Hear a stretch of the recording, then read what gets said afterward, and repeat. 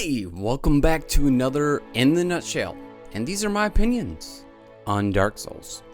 Dark Souls, I have a lot to say about this game, and I know so many people have already talked about this game and stuff like that, but I want to tell you my little story and opinions on my journey with this specific FromSoft game. It all started back when a content creator on this platform started playing this game and making a series about it, and me experiencing it from the sidelines as a watcher of their content sort of got me into it, and I was like, oh, this looks like a pretty fun game, maybe I should give it a try. So officially my journey started back in 2014 with the original Dark Souls came out, and I installed and tried playing it, but I didn't have a controller and games for Windows, we'll talk about that later, but then I put it down. So back in 2019 I actually started streaming over on Twitch, a shameless plug, if you want to see my stuff go check it out over on Twitch. Unfortunately I couldn't handle it, so I put the game down and I didn't pick it back up for a couple years. So if you know anything about the original Dark Souls, you know it comes in two flavors. So you have Dark Souls Prepare to Die and Dark Souls Remastered, which came out in 2018. So let's get into the good. It's an extremely hard, fantastic action RPG, which in my opinion literally sums up so many people's journey through life. The combat systems is fun depending on the class you pick and everything else like that. It is beautiful as far as visually, storytelling, and stuff like that, which is absolutely one of the features that I love about this game. I like several bosses, but the one that really sticks in my head is the Artorias, which I do know is a DLC boss. Absolutely love the aesthetics, the battling, everything about this game, the interconnectivity of the levels, and how if you know the map well enough, you can get through things and basically destroy the game, and interconnectivity is fantastic, which is sort of taken away in future games. But we'll talk about that in other games. For the first time, when it originally came out, I think the graphics were honestly really good. They do hold up to today's standards, but not really like awesome. But that's what modding's for.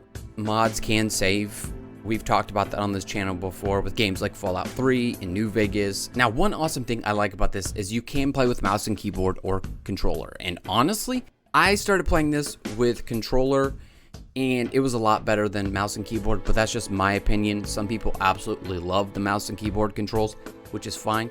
But my point of this is when you switch over to mouse and keyboard, it actually changes the actual icons and stuff to the mouse and keyboard buttons, which a lot of games these days do not do because they're mainly just ports from a game system, and it's fantastic to see developers do that. And I do believe that continues over to Elden Ring, but I'm not sure because I haven't used mouse and keyboard in Elden Ring, but that's for a different day. I love the storytelling and how that works out in this game. The storytelling is absolutely fantastic. Some of the stuff is really, really hidden, which we'll talk about in the future, but the storytelling, you have to seek out the story. So you can do one of two things. You can just say, hey, I'm going to play the game, enjoy the combat, get through the game, get to the end, and know nothing about the story. But if you want to deep dive into it, there are item descriptions, there are hidden paths and other text, there are documents, which I honestly think are fantastic, and they did a good job. That's a positive. It's also a negative, but we will talk about that in the future. All right, on to the things I didn't like about this game.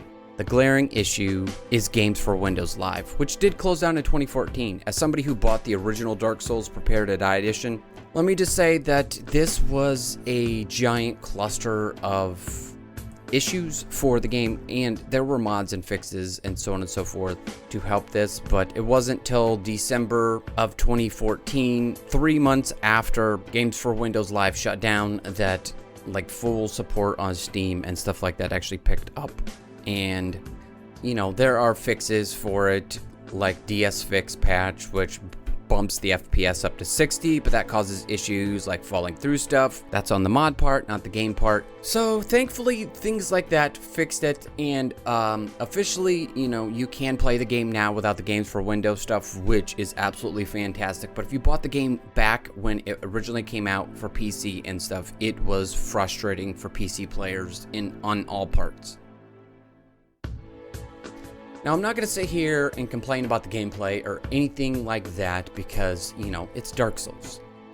Dark Souls inherently is a hard game, but if you compare it to Dark Souls 2 and Dark Souls 3, out of the three of those, it is the slowest game. The lock-on system is at best broken. It works sometimes, but if you're playing a more ranged character or magic character, it is a pain in the butt to actually be able to do those things. And honestly, that is a huge fault in this game, but they did fix it with future games, but that's not about that. We're talking about this game here. Some of the enemy placement, you can tell that they put enemies there just to be difficult, which I'm fine with, but at the same time, you can just be like, hey, this is just a hard part. Another thing I didn't like is there are hidden mechanics, a plethora of hidden mechanics in this game that are never explained at all. Not in item description, not in, things that you can find throughout the environment, nothing.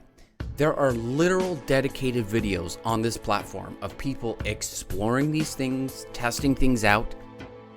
In my opinion, I think that is a horrible thing for a developer to do because those things should at least be explained in some way, whether it be an item description or anything else like that. It should be explained in some manner, some place, and honestly, I think it is a huge, huge negative.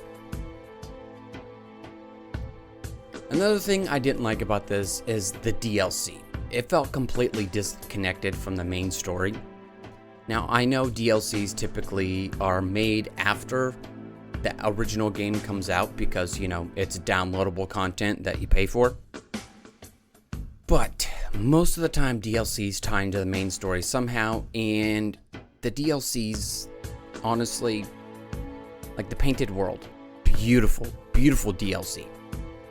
But if you don't know to get this specific item, and go back to the specific place to do the DLC, then you just miss it. And then on top of that, you don't even need to kill the boss there, and it affects the story in no way whatsoever. Oh, I can hear the Dark Souls people now. Oh, but you can do this and get these items there, but it doesn't affect the gameplay or the story at all. And I know I'm going to be crucified by the Souls community because they're very passionate about this game, but you know what? Hey, I'm just one person, and this is my opinions on this game as somebody who's new to the FromSoft games. So, it is what it is. With that being said, I just wanted to say this about these games. These games are hard, and they're not for everybody. But if you like action adventure RPGs with hidden story that you don't have to necessarily look up, you can just plow through the game and do nothing with the story. Something where you get that euphoric feeling once you've overcome something that you've been working on for a while, then I recommend this game for you. Now, granted, there are two flavors of this game. I recommend if you can get the remastered version, get the remastered version on whatever platform you choose. I picked this back up in late 2020, early 2021 to finish, and I think it's a solid 8 out of 10 according to today's standards.